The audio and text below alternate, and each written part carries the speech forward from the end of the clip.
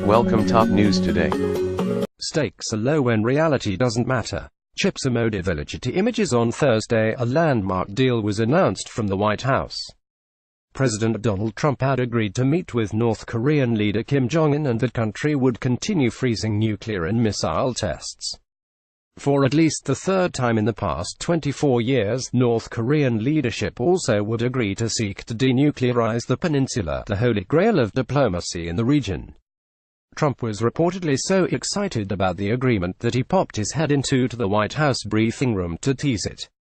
When ABC News' John Carl asked the president if the announcement would be about negotiations, Trump responded excitedly, "It's almost beyond that. Hopefully, you'll give me credit." The media did give Trump the credit he desired. The news dominated the cable networks for a short while. The New York Post on Friday morning led with the headline, "The Kim and Jong-un-Trump to summit over nukes." The New York Times led with the headline, "North Korea asks for direct talks, and Trump agrees," and the subhead, "Meeting with Kim on nuclear program could happen within 2 months." That piece of news was based on a direct quote from South Korea's National Security Advisor Chung Eui-yong, who in his announcement said that President Trump said he would meet Kim Jong-un by May to achieve permanent denuclearization. The Washington Post, for its part, offered a slightly more skeptical subheadline to its lead story, "President's bellicosity secures a diplomatic coup, for now." By Friday afternoon, the press quietly learned that, "for now," should be considered a major caveat for this White House. Press Secretary Sarah Sanders repeatedly told reporters that the meeting would not take place without concrete actions from North Korea. When pressed on what that would look like, Sanders said they would have to denuclearize. Sanders, the understanding, the message from the South Korean delegation is that they would denuclearize. And that is what our ultimate goal has always been, and that will have to be part of the actions that we see them take. Reporter is that before or after the meeting, Sanders would have to see concrete and verifiable actions take place. Reporter before the meeting, Sanders: yes, yeah. So the meeting, agreed to by Trump for before May, won't take place until North Korea shows verifiable and concrete proof that it is doing the thing that it has promised to do on repeated occasions and never done. Sanders was pressed further on what those concrete steps might look like. "That's something that is going to be determined by the intelligence community, the national security team, and not something that I would relay from the podium to all of you," she said.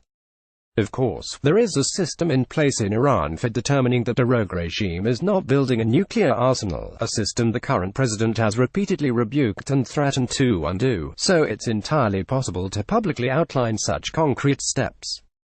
Ultimately, this is just the latest episode in our current administration's general policy of government by gimmickry, a practice that Slate's editor-in-chief Julia Turner predicted would become the norm just before Trump took office, when the then president-elect announced that he was saving a carrier plant. The resulting press opportunity is the policy. The approach collapses any distinction between the work of leadership and the promotion of that work. It bypasses the abstractions of administration and substitutes visceral image-making instead. What Trump has laid out here is a troubling blueprint for government by stunt. The approach is opportunistic rather than strategic, concerned with short-term victories rather than the unglamorous work of building something enduring and strong, anticipating and minimizing unintended consequences, understanding historical imperatives, and assessing the potential levers that can affect systemic change. Of course, many of those carrier jobs were lost within 13 months. And it took less than 24 hours for the White House to walk back its groundbreaking North Korea announcement. The walkback is the flip side of the government by stunt. There's no immediate downside to running a country as a hollow PR apparatus. Whether or not the meeting ever happens, and more importantly, whether or not North Korea gives up its nukes, Trump got his headlines and won his news cycle. The press coverage of a meeting not occurring, should it fail to take place, won't be nearly as noisy. His supporters will remember his Nobel Prize-worthy victory.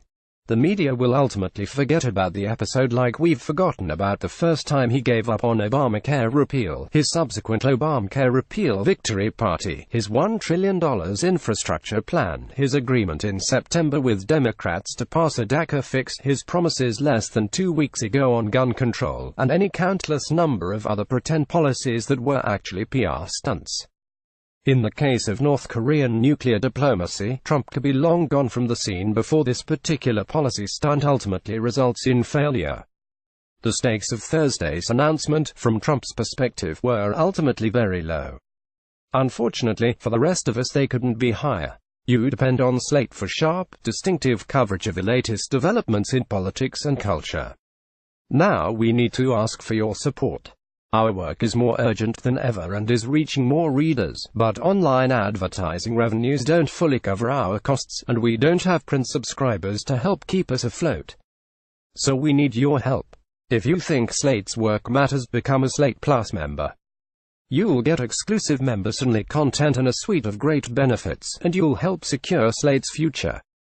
Join Slate Plus.